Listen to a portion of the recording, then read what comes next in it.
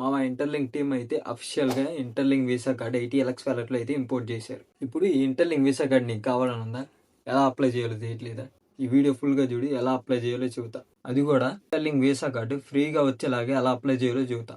So తొందరగా apply చేయమా, లేదంటే $10 పెట్టి నువ్వు కొనుక్కోవాల్సి వస్తుంది. సో ఎలా అప్లై చేయాలో చేసే ముందు ఫస్ట్ ఈ వీడియో అయితే ఎండ్ వరకు చూడమావా. ఈ వీడియో కానీ నీకు నచ్చినట్టయితే లైక్ చేయి. అలాగే ఇంకా మన ఛానల్కి ఎవరైనా సబ్స్క్రైబ్ చేసుకోకపోతే ఛానల్ సబ్స్క్రైబ్ చేసుకోమా. ఇలాంటి మరిన్ని ఇన్ఫర్మేటివ్ వీడియోస్ అనేది మీకోసం తెస్తానే ఉంటా. సో ఇక ఏమాత్రం లేట్ చేయకుండా వీడియోలోకి అయితే వచ్చేద్దాం. సో మనం ఇంటర్లింక్ వీసా కార్డ్ అప్లై చేస్తాం సరే, ఇది వర్చువల్ కార్డా లేదా ఫిజికల్గా అయితే వస్తుందా, అది చాలామందికి డౌట్. అలాగే దీని స్పెసిఫికేషన్స్ ఏంటి, ఎంత లిమిట్ ఉండిద్ది, పర్ డే ఎంత ట్రాన్సాక్షన్ చేయగలం, ఐఎన్ఆర్ సపోర్ట్ చేస్తుందా, ఎంత డిపాజిట్ చేయగలం, సింగిల్ ట్రాన్సాక్షన్కి ఎంత లిమిట్ ఉండిద్ది. సో మళ్ళీ వీసా కార్డ్ అనేది ఎవరి లెవెల్కి ఇస్తారు, ఏ కంట్రీస్కి ఎలిజిబుల్ ఉంది, ఎక్కడ వాడచ్చు, ఇలా చాలా డౌట్స్ అయితే ఉంటాయి. ఈ వీడియోలో ఈ డౌట్స్ అన్నీ క్లియర్ చేసుకుందాం.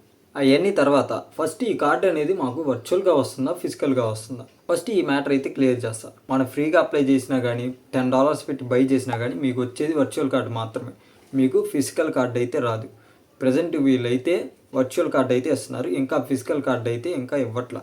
చాలామందికి తెలియక $10 పెడితే ఫిజికల్ కార్డ్ వస్తుంది అనుకుంటున్నారు. సో అదైతే నిజం కాదు. మీరు $10 పెట్టి బై చేసినా కానీ మీకు వర్చువల్ కార్డే వస్తుంది.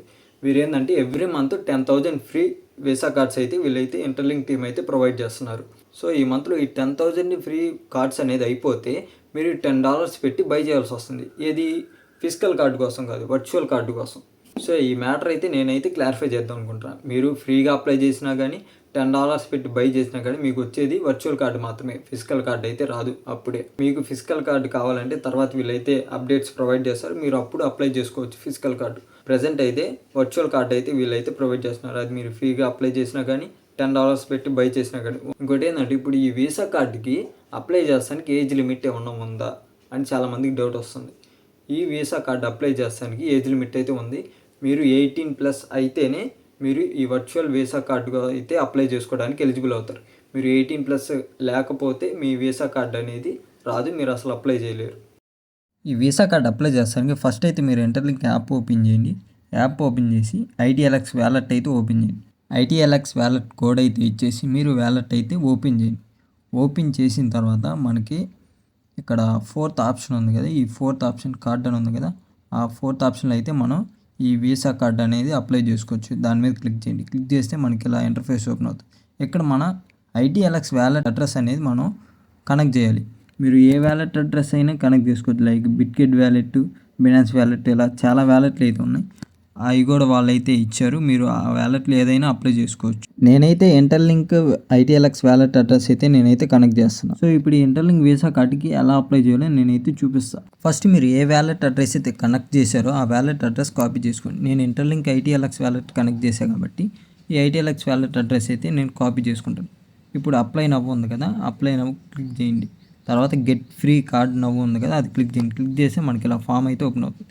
ఇక్కడ మీ ఇంటర్లింక్ ID అయితే కొట్టిన. ఇప్పుడు ఇక్కడ వ్యాలెట్ అడ్రస్ అడుగుతుంది. ఇందాక మనం వ్యాలెట్ అడ్రస్ అనేది కాపీ చేసాం కదా, ఆ అడ్రస్ అనేది ఇక్కడ పేస్ట్ చేయండి.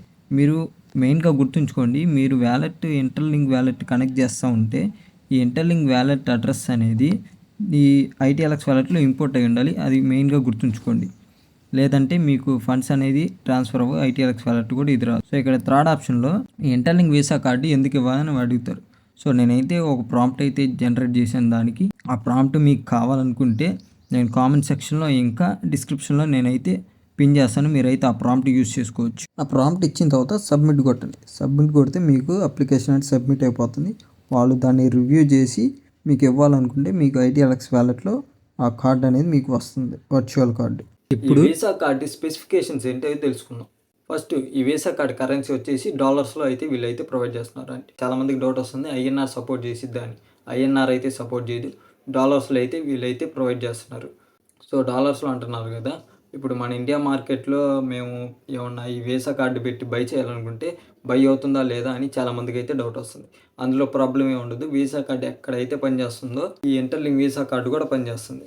మీరు INRతో పేమెంట్ చేసేటప్పుడు అప్పుడున్న డాలర్ రేట్ ప్రకారం INRతో ఆ డాలర్ రేట్తో కన్వర్షన్ చేసుకొని మీకు డాలర్స్ అనేది కట్ అవుతాయి. సో ఇప్పుడు దీని కన్సంప్షన్ మెథడ్ ఎలా ఉండిద్ది అంటే, ఇప్పుడు ఇది డెబిట్ కార్డే లేకపోతే క్రెడిట్ కార్డులా యూస్ చేయొచ్చు. ఇప్పుడు ఇది అయితే మనం డెబిట్ కార్డ్ లాగా అయితే యూజ్ చేయొచ్చు. ఇప్పుడు మనం ఏటీఎం కార్డ్ ఎలా అయితే యూజ్ చేస్తామో సేమ్ ఈ ఇంటర్లింక్ వర్చువల్ కార్డు కూడా అలానే యూజ్ చేయొచ్చు. అలాగే దీంట్లో డిపాజిట్ ఫీజు వచ్చేసి 1.5% అయితే దీంట్లో డిపాజిట్ ఫీజు అయితే కట్ అవుతుంది. అంటే ఇప్పుడు మీరు ఒక $100 డిపాజిట్ చేస్తే అందులో $1.5 అనేది కట్ అవుతుంది డిపాజిట్ ఫీ కింద. అలాగే ఇప్పుడు స్పెండింగ్ లిమిట్. చాలామందికి డౌట్ ఏంటంటే దీన్ని స్పెండింగ్ లిమిట్ ఎంత ఉండిద్ది, మేము ఎంతవరకు స్పెండింగ్ చేయగలం ఈ వర్చువల్ వీసా కార్డులో.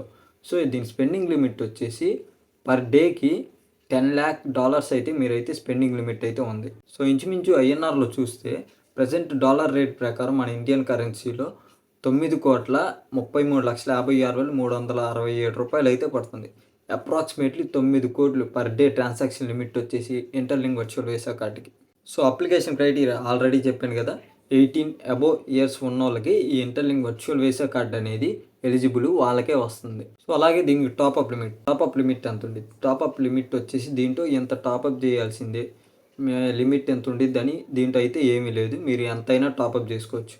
$0.1 అయినా డిపాజిట్ చేసుకోవచ్చు, లేకపోతే $100 డిపాజిట్ చేసుకోవచ్చు, $1,000 అనేది డిపాజిట్ చేసుకోవచ్చు. అలాగే సింగిల్ ట్రాన్సాక్షన్కి లిమిట్ ఎంత ఉండేది, నేను ఇప్పుడు పర్ డేకి మాట్లాడతా, సింగిల్ ట్రాన్సాక్షన్కి లిమిట్ ఎంత ఉండిద్దో మాట్లాడతాను.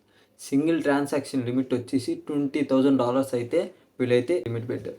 అంటే మన ఐఎన్ఆర్తో కన్వర్ట్ చేసుకుంటే అప్రాక్సిమేట్లీ 18 లక్షలు. సో సింగిల్ ట్రాన్సాక్షన్ వచ్చేసి మీరు 18 లక్షల దాకా అయితే ఇంటర్లింక్ వీసా కార్డ్ అయితే మీరైతే ట్రాన్సాక్షన్స్ చేయొచ్చు. అలాగే మినిమం ట్రాన్సాక్షన్ లిమిట్ వచ్చేసి $0.1 అయితే వీళ్ళైతే లిమిట్ పెట్టారు. మినిమం $0.1కి తక్కువ అయితే మీరైతే ట్రాన్సాక్షన్ చేయలేరు. అలాగే సపోర్టెడ్ ప్లాట్ఫామ్స్ అంటే ఇది ఎక్కడెక్కడ మనం అయితే యూజ్ చేయొచ్చు. బయట పేమెంట్స్ కాదు, ఇన్సైడ్ ఏమన్నా ప్లాట్ఫామ్స్ ఉంటాయి కదా, లైక్ అమెజాన్, ఈ గూగుల్, ఇలా ప్లాట్ఫామ్స్లో ఏ ప్లాట్ఫామ్స్ వీళ్ళైతే సపోర్ట్ చేస్తున్నారు అదైతే నేను ఇమేజ్ ప్రొవైడ్ చేస్తాను, ఒకసారి చూడండి. వీళ్ళైతే కొన్ని కంట్రీస్కి అయితే రిస్ట్రిక్ట్ అయితే చేస్తున్నారు ఈ ఇంటర్లింక్ వర్చువల్ వీసా కార్డ్ అయితే. ఆ కంట్రీస్ కూడా నేనైతే డిస్ప్లే చేస్తాను మీకు.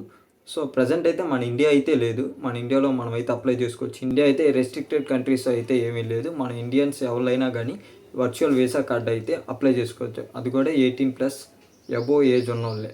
సో ఆ రెస్ట్రిక్టెడ్ కంట్రీస్ ఏంటో నేనైతే ఇప్పుడు ఫోటోలో డిస్ప్లే చేస్తాను చూడండి. సో మా ఇప్పుడు దాకా వీడియో చూసామంటే నీకు ఈ వీడియో నచ్చకుండా ఉండదు. సో ఈ వీడియోకి ఒక లైక్ చేయమా. సో ఇంతవరకు మన ఛానల్కి సబ్స్క్రైబ్ చేసుకోకుంటే సబ్స్క్రైబ్ చేసుకొని బెల్ ఐకాన్ ఆన్ చేసుకోమా. అలాగే మీకు ఏమన్నా డౌట్స్ ఉన్నా కానీ కామెంట్ సెక్షన్లో కామెంట్ చేయండి, నేనైతే రిప్లై ఇస్తాను. సో ఆ డౌట్ కూడా రిప్లై ఇచ్చే డౌట్ కాదు, దాని మీద వీడియో చేయాలంటే నేనైతే ఆ వీడియో కూడా చేస్తాను. సో మన ఛానల్ అయితే 1Kకి దగ్గరగా ఉంది మామ. సో సబ్స్క్రైబ్ కొట్టి సపోర్ట్ చేయండి మామ. Thank you.